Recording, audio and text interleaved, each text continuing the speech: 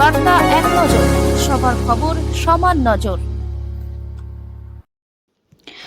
হুগলিতে 519 বছর ধরে হয়ে আসছে মাছের মেলা।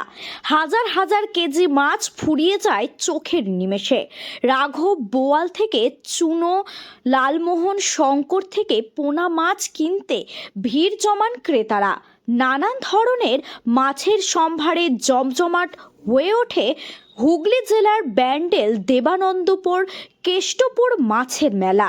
ঘুম থেকে উঠে সেই মেলায় জমে ওঠে ক্রেতাদের ভিড়। আনুমানিক 519 বছরের পুরনো এই মেলা। পয়লা মাঘ এই মেলা হয় প্রতি বছর।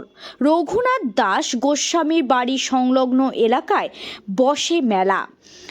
মেলায় মাছের পাশাপাশি বিভিন্ন জিনিসের পসরা সাজিয়ে বসেন দোকানিরা।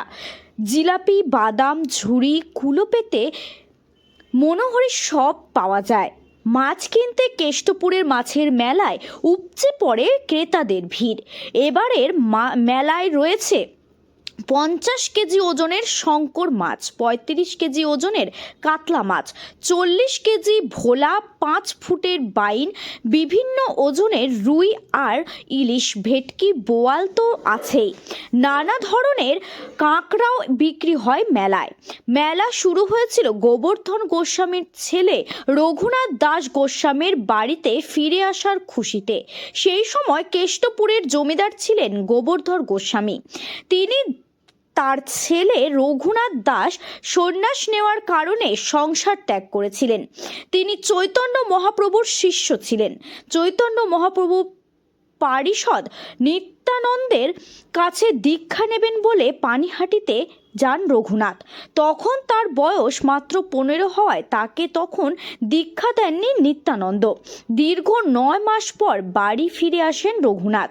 সেই আনন্দে বাবা গোবর্ধন গোস্বামী গ্রামের মানুষকে খাওয়ানোর সিদ্ধান্ত নেন। গ্রামের মানুষ তার ভক্তির পরীক্ষা নেওয়ার জন্য কাঁচা আমের ঝোল ও ইলিশ মাছ খাওয়ার আবদার করে। তিনি ভক্তদের বলেন বাড়ির পাশে আম গাছ থেকে জোড়া আম পেড়ে আনতে। মাছের জন্য পাশের জলাশয়ে জাল ফেলার নির্দেশ দেন। সেই অনুযায়ী জাল ফেলা হয়। তারপরে অবাক কাণ্ড, জলাশয় থেকে মেলে মাছ। প্রতি বছর ভক্তরা রাধা গোবিন্দ মন্দিরে পুজো দিতে ভিড় জমান এই দিনে। পাশাপাশি মাছের মেলার আয়োজন হয়। দূর দূরান্ত থেকে বহু মাছ ব্যবসায়ীরা মাছের পসরা নিয়ে বসেন। হুগলি ছাড়াও মেলায় বসেন বর্ধমান, হাওড়া, নদিয়া, উত্তর 24 পরগনা, বাঁকুড়া থেকে বহু মাছ বিক্রেতা। অনেকে আবার শীতের আমেজ উপভোগ করতে মেলা থেকে মাছ কিনে পাশের আমবাগানে বনভোজনের আয়োজন করেন। সব মিলিয়ে একদিনের মেলায় জমজমাট হয়ে ওঠে কেষ্টপুর। হুগলির কেষ্টপুর থেকে রাজেশ দেবনাথের রিপোর্ট, বার্তা এক নজর। মাছের মেলাতে প্রচুর মানুষ আসে, এখানে বনভোজন হয়। পঞ্চায়েত প্রশাসন থেকে কী ধরনের ব্যবস্থা? আমাদের শুধু পঞ্চায়েত প্রশাসন নয়, পুলিশ প্রশাসন থেকে আগে থেকে তদারকি করে এখানে এই মানুষের যারা আসবেন তারা কোথায় গাড়ি রাখবেন, হাজার হাজার মানুষের সমাগম হয়। আপনারা জানেন যে মাছের মেলা পশ্চিমবাংলায় বহু দূর দূরান্ত থেকে মানুষ আসেন, আমরাও জানি না তারা কীভাবে আসেন। পয়লা মাঘ সেখানে মাছের মেলা মানে সত্যি কথা, মাছের পিছনে গেলে দেখতে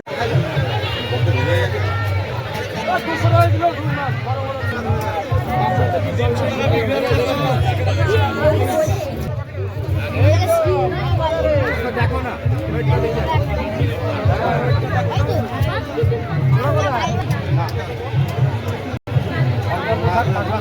ভালো থাকে।